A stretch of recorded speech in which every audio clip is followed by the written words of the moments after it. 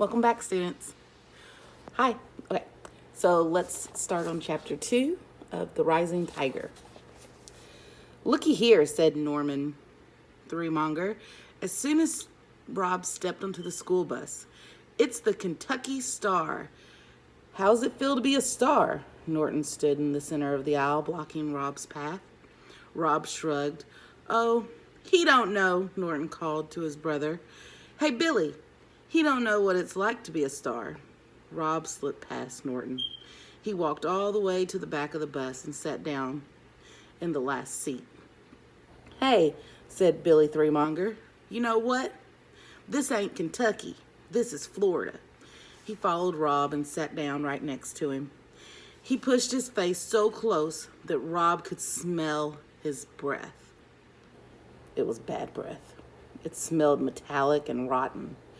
You ain't a Kentucky Star, Billy said, his eyes glowing under the brim of his John Deere cap. And you sure ain't no star here in Florida. You ain't a star nowhere. Okay, said Rob. Billy shoved him hard, and then Norton came swaggering back and leaned over Billy and grabbed hold of Rob's hair with one hand, and with the other hand ground his knuckles into Rob's scalp.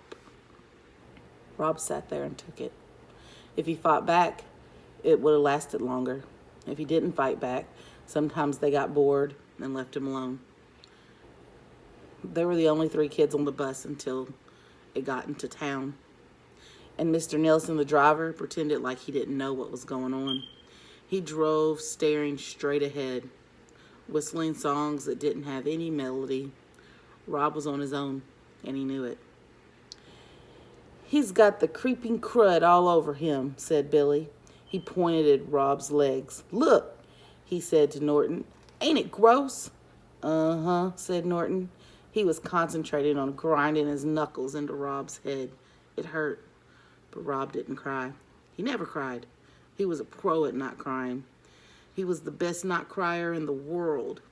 It drove Norton and Billy Threemonger wild. And today, Rob had the extra power of the tiger. All he had to do was think about it, and he knew there was no way he would cry, not ever.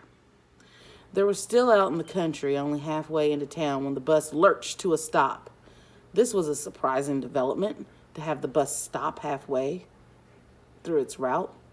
That Norton stopped grinding his knuckles into Rob's scalp, and Billy stopped punching Rob in the arm.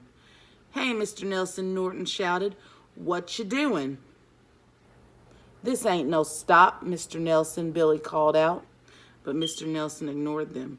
He kept whistling his non-song as he swung open the bus door. And while Norton and Billy and Bob watched, open-mouthed and silent, a girl with yellow hair and a pink lacy dress walked up the steps and onto the bus.